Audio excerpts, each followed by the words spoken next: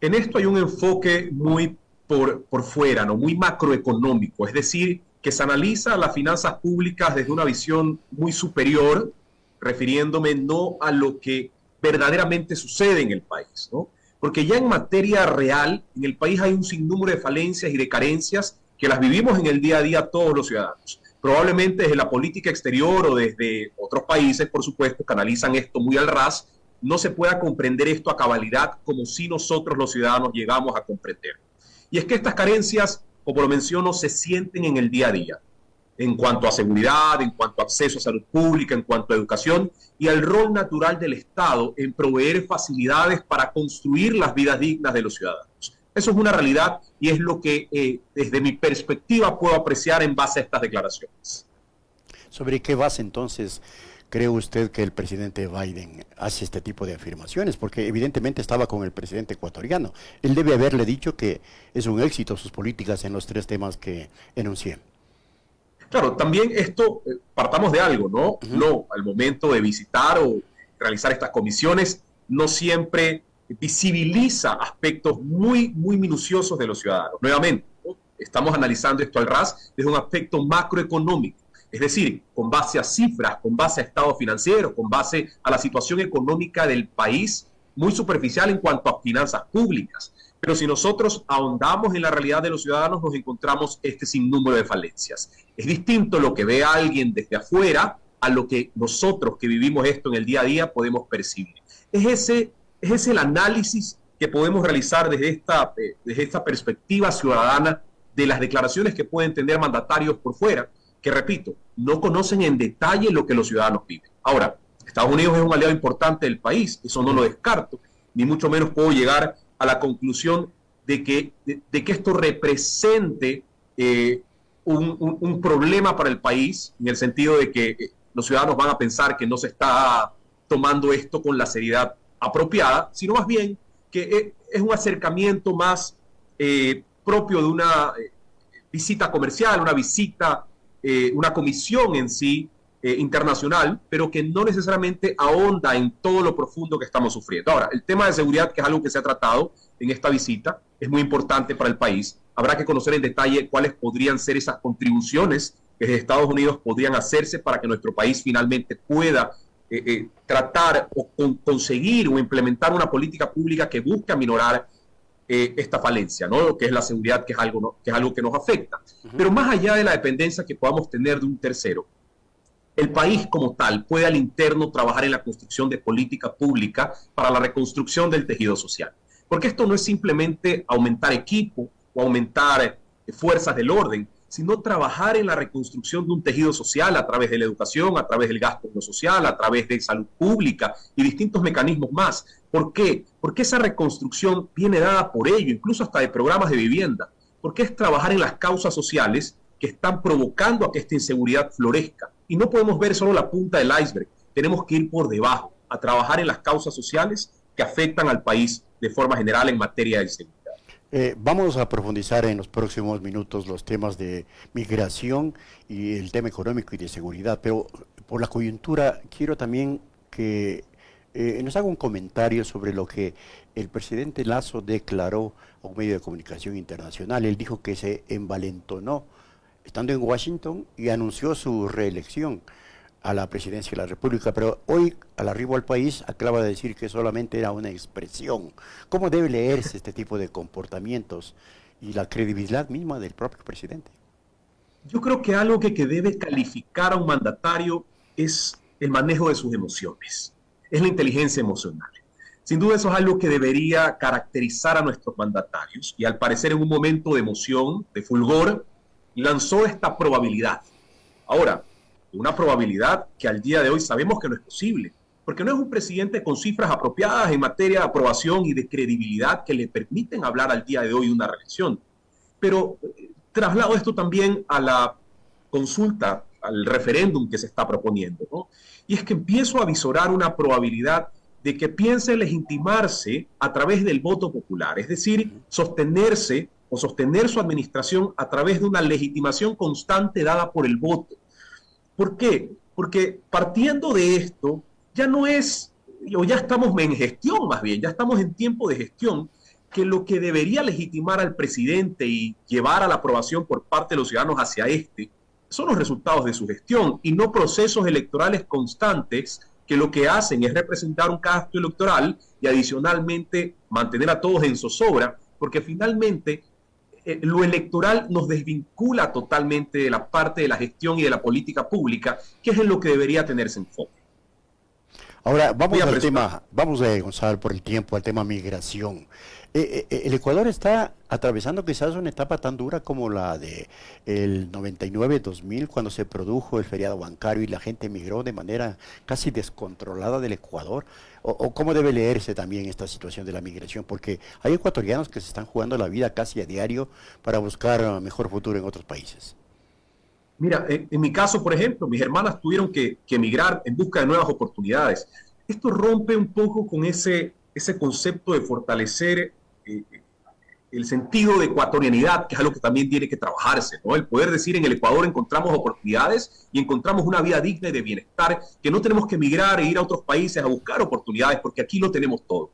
Eso es algo que tiene que trabajarse, porque al fin y al cabo, ¿qué tenemos? Una migración irregular en donde los ciudadanos, los ecuatorianos se enfrentan a esta realidad en donde de forma ilegal buscan entrar a otros países para poder encontrar trabajo y nuevas oportunidades, pero en el transcurso fallecen porque no es algo formalmente realizado.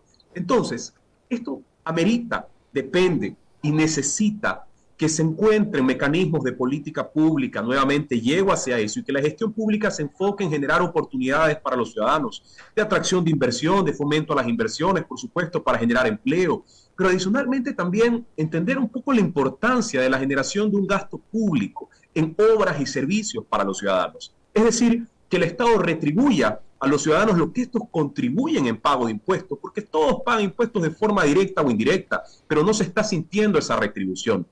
Por estudios, por trabajo, faltan oportunidades en general en estos campos que deberían estarse proveyendo o motivando a que el sector privado lo provea. Vamos al tema de seguridad jurídica, por la que tanto también el presidente Lasso dice haber tenido éxito en su gestión gubernamental, pero él mismo se encarga a diario, Gonzalo, de señalar que el país está invadido por el narcotráfico, que hay narcopolítica, que evidentemente va y pide ayuda para la seguridad, que está tan venida menos en el país. ¿Puede esto contribuir a que en efecto el Ecuador presente una imagen favorable para la inversión extranjera que también tanto es decantada por el régimen?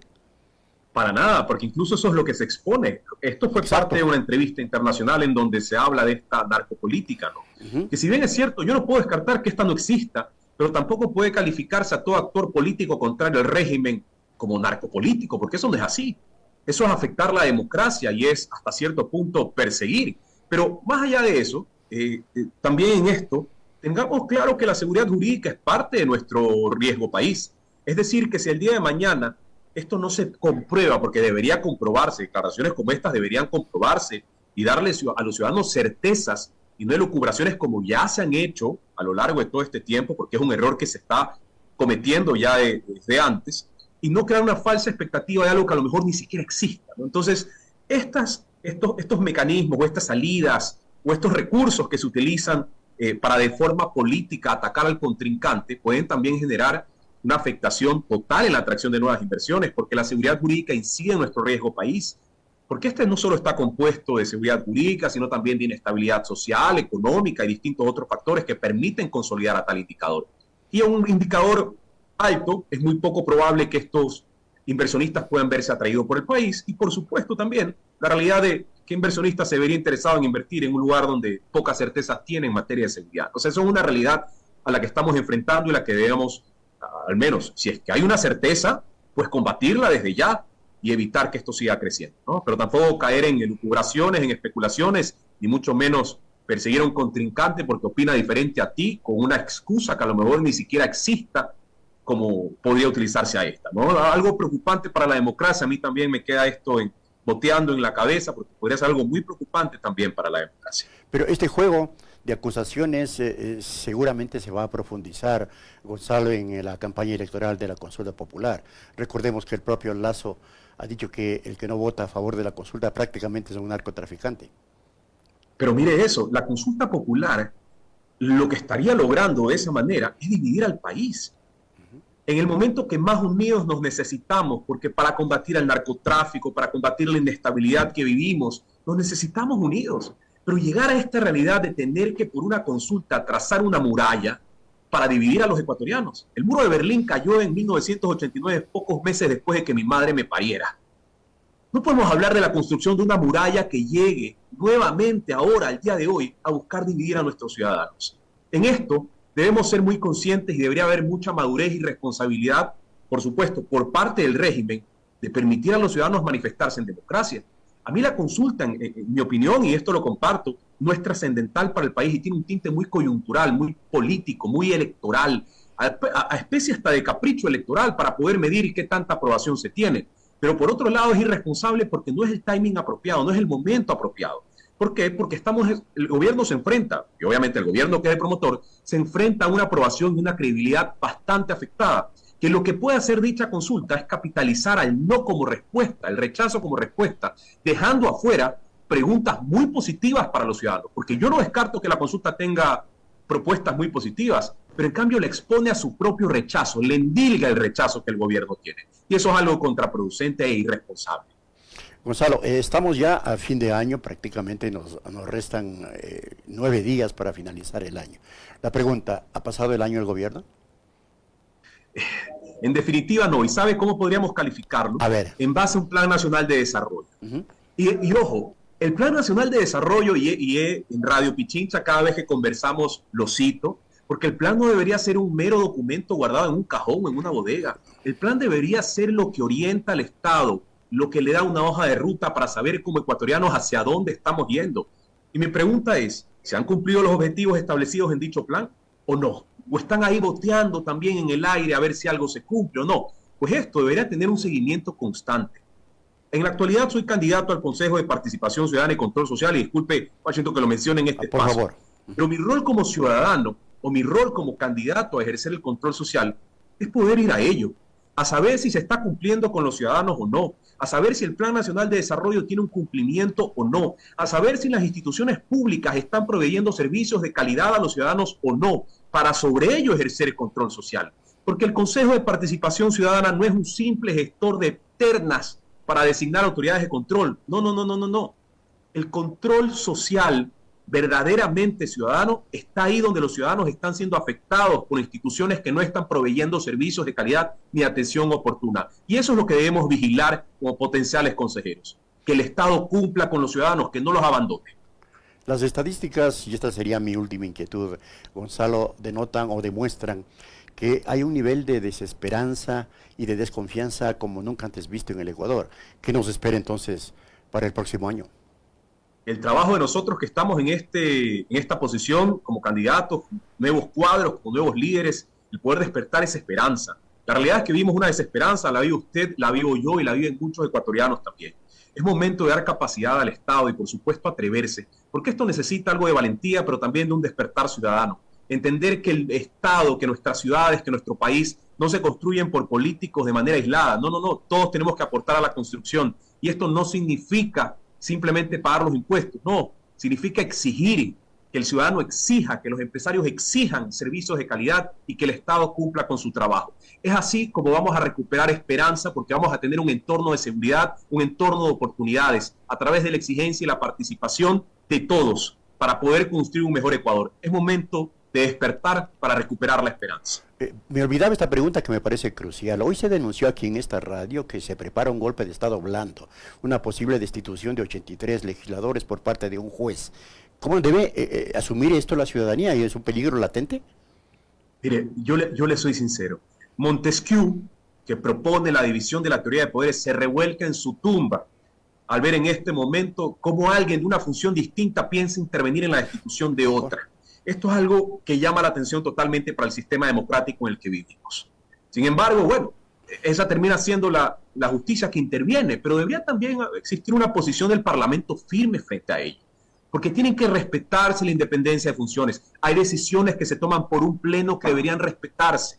Eso debe existir, porque eso es institucionalidad. Si no, el día de mañana cualquier decisión va a ser cuestionada y dada de baja. Cuando las personas que nosotros elegimos, mal o bien elegimos, están en la Asamblea representándonos. No es que son simples personas, no, están siendo representantes del pueblo porque fueron elegidos, no llegaron ahí por gusto.